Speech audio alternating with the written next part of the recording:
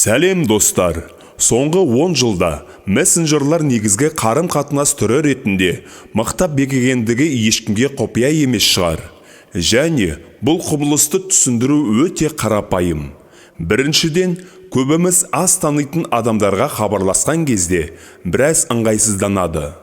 Осы жағдайда мессенджер арқылы хабарлама жіберу артық қолайсыздықты тудырмайды және сөйлесуші екінші адамның жеке шекарасына орынсыз өтуден сақтайды. Екіншіден, мессенджер арқылы сөйлесе отырып, біз алдын ала айтатын ақпаратымыз жайлы жауабымызды дайындап аламыз. Ал үшінші, заманауи өмірдің заңдылығы қарым-қатынасты жедел түрде орнатуды талап етеді. Тіпті іскерлік болса да. Осының бәрі біздің артық дене қозғалысынан сақтайды. Біз жеңіл түрде іске кірісеміз. Ал саусақтарымыз өздігінен мәтінді тере бастайды. Сондай-ақ, мессенджерлердің арқасында басым көпшілігіміз басқа елге ақылы қоңырау дегенді білмейміз. Қайда болса да, достарымен, жақындарымен емін-еркін тілдесе береді. Мүмкін көбісі ойланбайтын шығар. Алайда, мен ойыма бірінші келгендерді санамалап шықтым. Біздің заманымызда мессенджерлер әлемі құбылмалы. Жыл сайын өздерінің бастамаларын уақытша артта қалдыратын жаңа қосымшалар пайда болады. Бірақ соған қарамастан, біз WhatsApp, Telegram және әрине Viberге қайта-қайта жүгінеміз. Иә достар, біз бүгін соңғысы туралы сөйлейтін боламыз. Өйткені Viberдің өзіндік сипаттамалары бар және әрине әдемі оқиға. Солай қалыптасқан. Адамдар брендтердің тарихына сирек қызығушылық білдіреді. Тек олар әдемі ертегі немесе құпия жұмбақ болса ғана білгілері келеді. Viber қосымшасын осы аталған сипаттамасы брендтер қатарына жатқызуға болады. Бұрынырақтағы әлеуметтік желідегі қарым-қатынас қазіргі мессенджерлерге көшкен. Тап осылай 2010 жылы Viber қосымшасын ойлап тапқан өнертапқыштың бірі айтқан болатын. Барлығы бұлай болады деп ойламады. Тек бірді, екілісі ғана жетістікке сенді. Шындығында, қосымшаны құру Тальман Марка және Игорь Магазинник есімді екі израильдықтың ойына келген болатын. Әрине, бірден емес. Бұл екі жас жігіт әскер қатарында танысады. Екеуі де білімді, әрі гаджеттердің тілін шебер меңгерген болатын. Олардың ортақ қызығушылықтарының арқасында достық туындап, уақыт өте келе іскерлік және сәтті серіктестікке ұласты. Алғашқы біріккен жоба төңірегінде олар әскерде жүріп еңбектенді. Ол файлды ортақ пайдалану желісі iMesh болатын. Оны қолдану арқылы басқа қолданушымен сүйікті әуенді бөлісуге мүмкіндік туды. Осы арада көбісі тоқта дейтін болар. Игорь Магазинник тегіне қарасаң ол нақты израильдық емес. Я, сіз дұрыс айтасыз. Игорь Магазинник шынында да түбі орыс ұлтынан болған израильдық. Ол Нижний Новгород қаласында дүниеге келіп, 16 жасқа дейін өзге кеңес балалары секілді көшелерді аралап, суға тас лақтырып ойнады. Тіпті қалай бәрі басқаша болары белгісіз еді. Ол 1991 жылы 16 жасында ата-анасымен бірге Израильге қоныс аударады. Сол жерде мектеп, кейін университет бітіреді. Олай болса, Viberдің қалай пайда болғанына оралайық. Өкінішке қарай, достардың әскердегі борышы да аяқталады. Олар екі құрлыққа бөлініп кетеді. Сонда да достық қарым-қатынастарын сақтап қалады. Барлығы жақсы болған. Тек бір нәрсе кедергі болады. Жас жігіттер халықаралық қоңырауларға үлкен сомада шығындалатын болады. Олар Skype және басқа да қосымшаларды қолданады. Тіпті олар да қымбатқа шығады. Сол уақытта қарапайым әрі қол жетімді. Ең бастысы тегін сөйлесу қосымшасы болмаған екен. Әрине, киелі жер ешқашан бос болмайды. Біздің кейіпкерлеріміз осылай деп шешім шығарып, тығырықтан шығатын жол іздей бастайды. Нақтырақ айтар болсақ, қанша уақыт болса да өзара тегін сөйлесетін қосымшаны ойлап табуға кіріседі. Алайда, басты нұсқа негізінен бұл махаббат тарихынан шықты деген сөз де бар. Вайберді ойлап табуға арақашықтықтағы махаббат себеп болды дейді біреулер. Тальман Марко біраз уақыт Нью-Йоркте өмір сүріп, Гонконгта тұратын қызбен кездесіп жүреді. Жігіт оған соншалықты ғашық болып, қатты сағынады. Сондықтан да сүйіктісімен сөйлесетін қарапайым әрі ыңғайлы тілдесу жолын іздейді. Ол шешімін таппайды. Тап сол уақытта оған жеке мессенджер құру туралы ой келеді. Қалай десек те, екі нұсқаның еш қайсысы да бір-біріне қарама қарсы емес. Қайта толықтырады. Қысқасы, бірдеңе бастау керек деген шешім шығарады. Жұмыс қозғала бастайды. Қазір көбісін бұл жұмыстың Беларусь аумағында басталғаны таң қалдыратын шығар. Сіз қате естімедіңіз, ал бұл қарапайым үнемділік үшін жасалған болатын. Жұмысты жүзеге асыру үшін негізін салушылар ақшаны тірнектеп жинайды.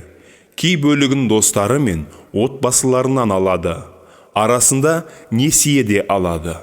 Белгілісі, 2014 жылға дейін кәсіпорынның 11,4% Марктың отбасына тиесілі болса, 55,2% израильдік Шабтай отбасының иелігінде еді.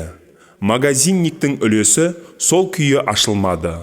Алайда, негізін қалаушы кәсіпорынға Аймештен тапқан қаражаттың тең жартысын салды деген ақпарат бар.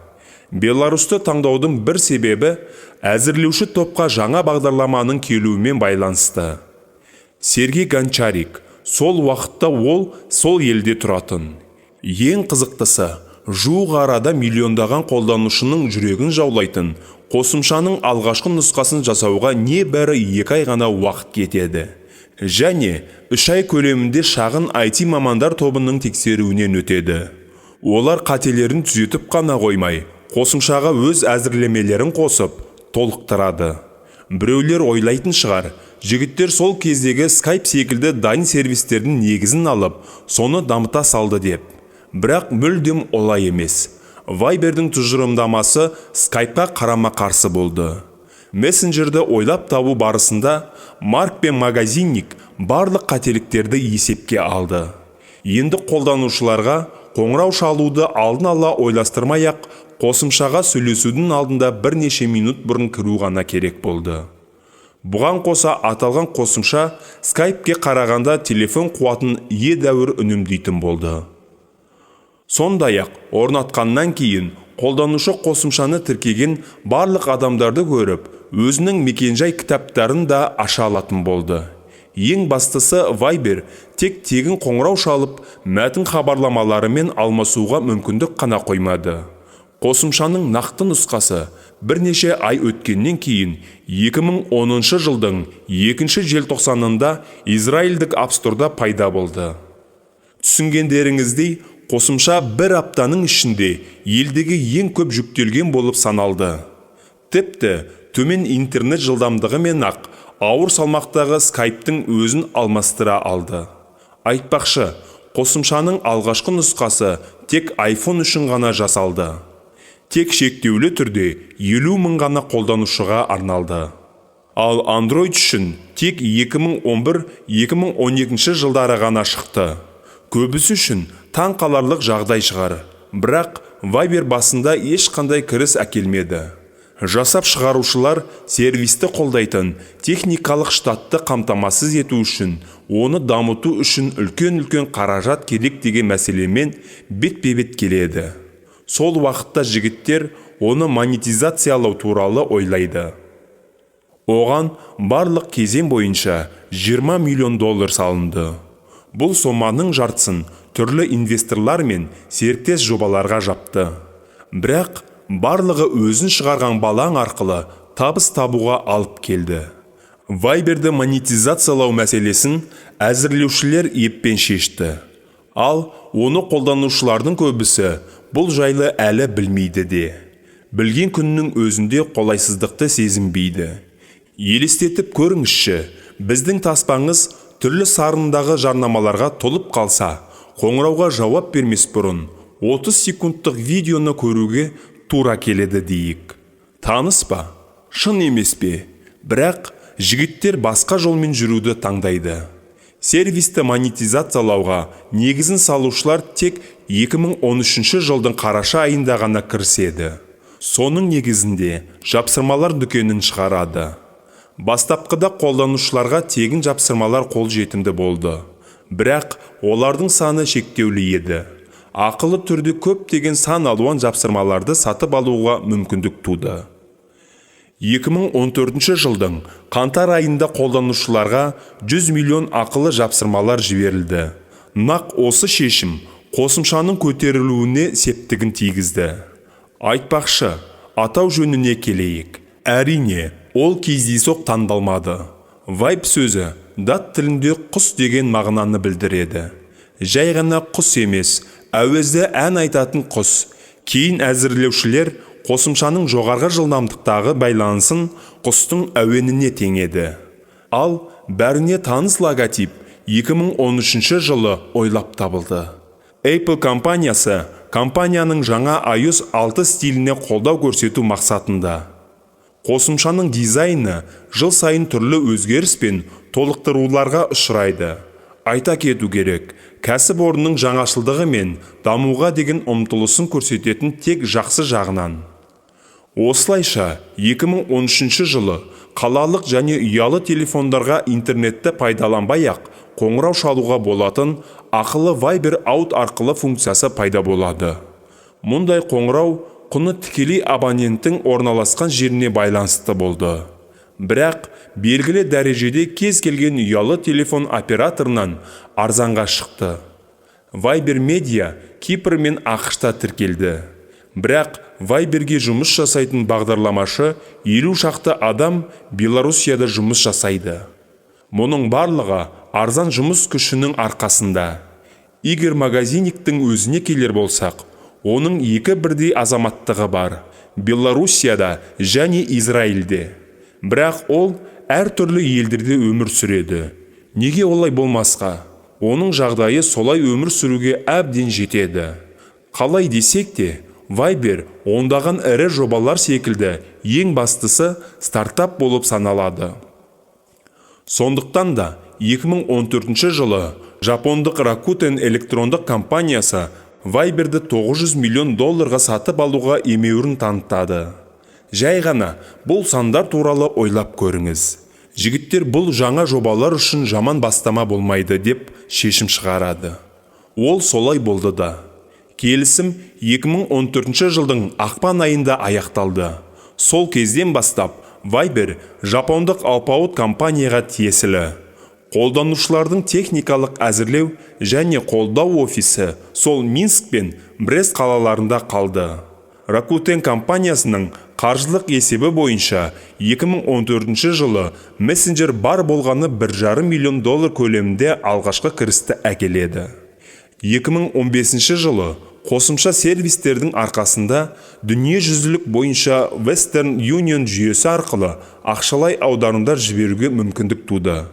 Ал 2017 жылы Viber қосымшасын үнемі пайдаланатын 900 миллион тіркелген қолданушылар болды. 2014 жылы 280 миллион болған болатын. Бірақ тағы да бұл мәліметтер Википедиядан алынған.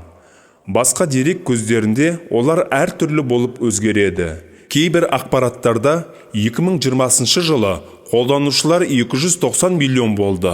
Ал 2015 жылы 600 миллион пайдаланушы болды дейді. Мұны Viberдің өзі мәлімдеген болатын. Шынымды айтсам, осы соңғы мәліметке менің көбірек сенгім келеді. Өйткені қолданушы елдердің басым бөлігі посткеңестік елдерде төмендейді. Ресейде, Украинада, Белоруссияда бізде Viberді пайдаланатын 1 миллиард адам жоқ. Мессенджердегі құпия жазбаларға келер болсақ, шифрлау функциясы жауап береді. Сарапшылардың пікірінше, шифрлау алгоритмі және шифрлау кілті шифрланған хабарламалар мессенджерлердің бағдарламалық қамтамасыз ету ішінде болғандықтан мессенджерді қолданатын тіркелуші барлық ақпаратқа қол жеткізе алады. Қысқасы, Viber бұл қарым-қатынаста ерекшелік болды. Viberдің көмекші сервисінің бірі Support 2013 жылы сириялық электронды топтың әскерінен бұзылды. 2015 жылы жеке деректер туралы заң аясында ресейліктердің барлық жеке деректері тек Ресей Федерациясының аймағында сақталу керек деген талапқа сәйкес кәсіпорын Ресей азаматтарының телефон нөмірлері мен Ресей Федерация аймағына көшіреді. Игорь Магазинник пен Тальман Марк сатылымнан кейін Viber Media рөлінде қалады. Одан кейін жұмыстан алшақтап, жаңа салада құпия жаңа жоба әзірлеп жатқандарын мәлімдейді. 2016 жылы бағдарламашылар Uberге бәсекелес Juno такси шақыру қызметін таныстырады. Алғашқы тексеріске жіберген қаласы Нью-Йорк болды. Жігіттердің сөзінше, Junoның басқа нарықтағы өзі секілді сервистерден ерекшелігі бар. Оларға тіпті жаңа сервисті сәтті жіберді. Ал бір шама уақыт өткеннен кейін бұл азаматтар алапат жетістіктерін тағы бір мәрте қайталай алды. 2016 жылы олар нақты түрде Juno такси сервисінің негізін салды. Арада бір жыл өткенде 2017 жылы оны $200 миллион сатып жібереді. Енді көпшілігіне жігіттердің бизнеске деген қадамы түсінікті болды. Және көбісі олардың шығармашылығын бақылауға алған. Viberге келер болсақ, бүгінде бұл қосымша тек ұялы телефондарға ғана емес, сонымен қатар жеке адамдар үшін Windows, Mac және Linux платформада жұмыс істейтін компьютерлер үшінде жүктеледі. Ал миллиондаған адамдар үшін басқаларына қарағанда ең қолайлы әрі ыңғайлы мессенджер саналады. Айтатын несі бар? Өзімде ұзақ уақыт осы қосымшаны қолданамын. Әрине, басқаларымен тең. Қысқасы, Viberдің құрылу тарихы осындай. Мен мейлінше қысқа әрі ақпараттық түрде айтуға тырыстым. Және бұл менде жақсы шықты деп ойлаймын. Егер солай болса, видеоны міндетті түрде лүпілмен бағалап кетіңіздер. Және комментарийге сіз қандай мессенджерлармен қолданатыныңызды жаза кетіңіз. Не себепті? Бүгінге осы. Подписаться лүпілін басып, Қазақ YouTube арнасын қолдай жүрейік. Кездескенше сау болыңыздар.